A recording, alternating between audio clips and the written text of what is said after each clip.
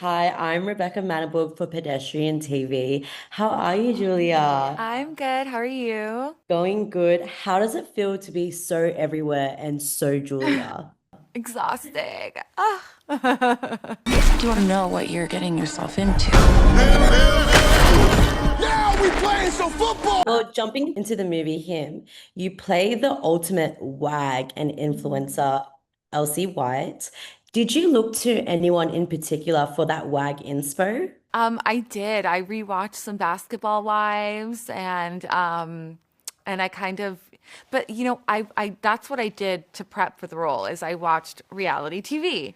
And then, when I got to set, I assumed that Justin would then want me to transform into these women that I've just been watching, and he was kind of like, "No, stay exactly as you are."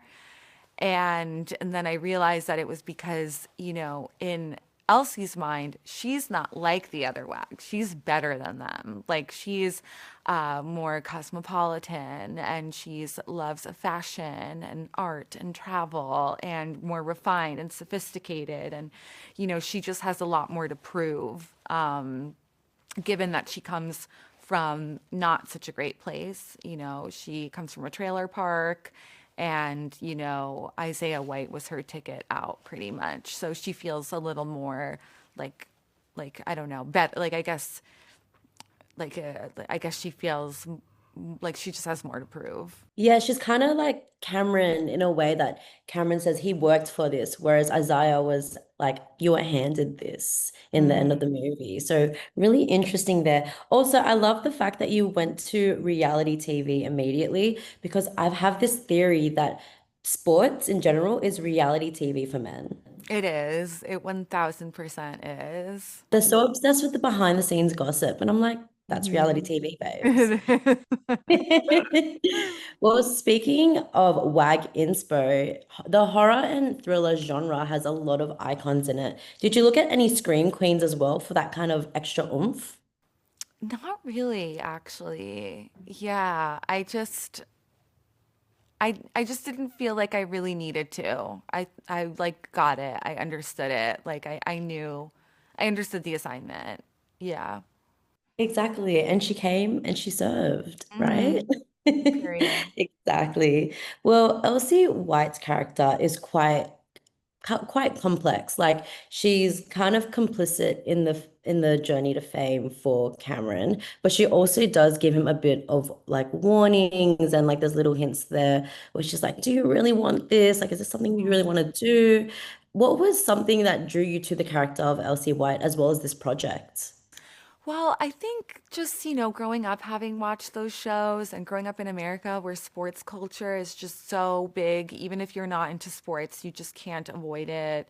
And then obviously so many of these relationships between these players and these women get so, heavily publicized that you can't escape those either. So eventually you kind of do find yourself, reading the gossip or whatever, the tabloids.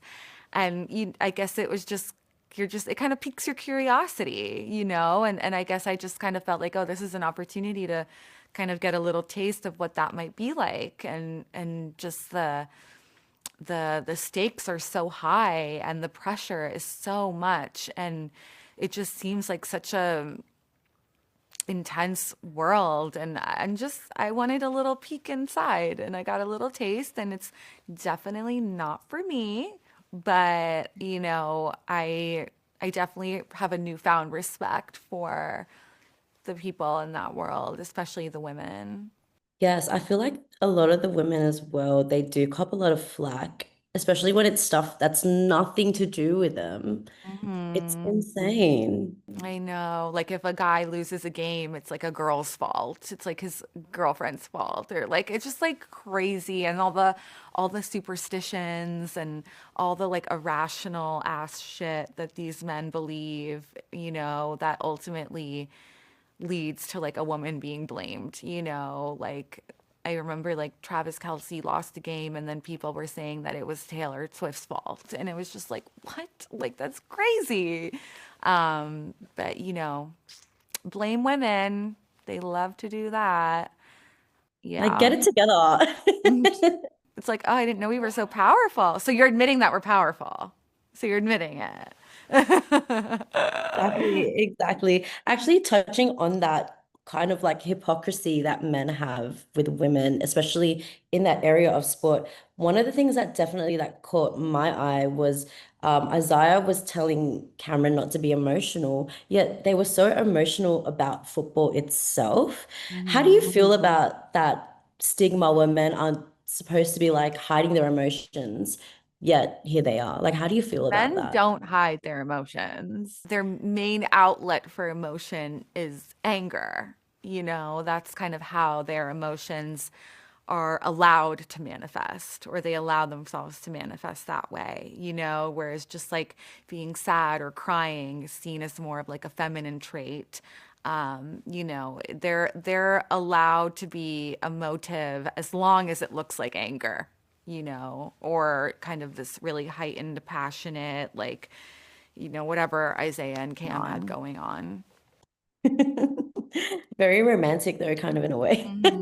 Very homoerotic for sure. But so is sports. Sports is very homoerotic. You're watching men in tight little Spanx shorts tackling each other on a field, and all the men are hot and like muscular, and it's just like a man's wet dream.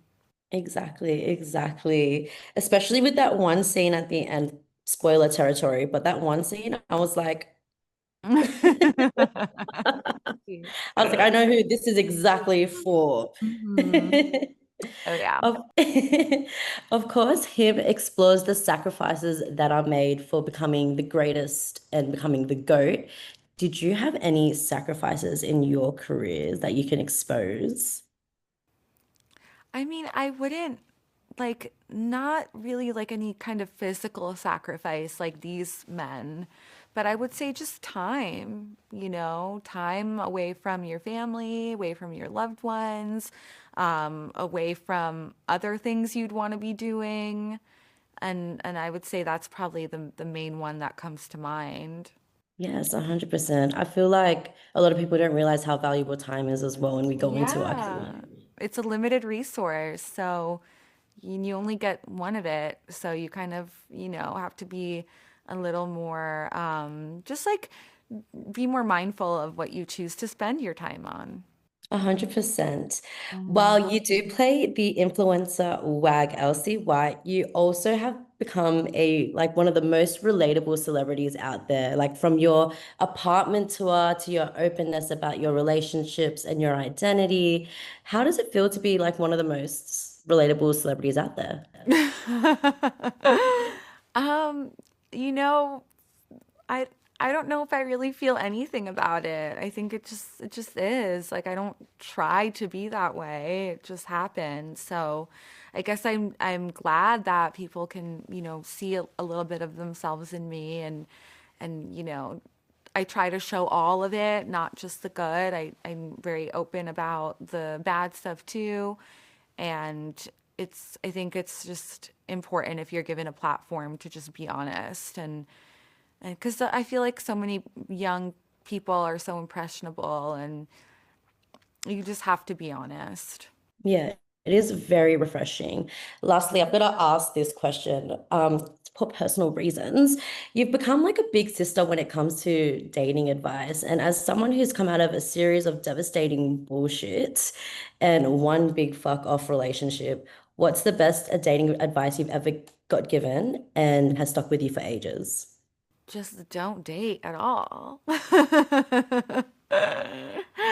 And spend your time more wisely into something, spending time is an expense, like it is an investment. So invest it wisely and invest it in things that have a high yield return, and that you'll get something out of it. It'll enrich you in some way, and it's not just you giving, giving, giving, and, the other party just taking, taking, taking.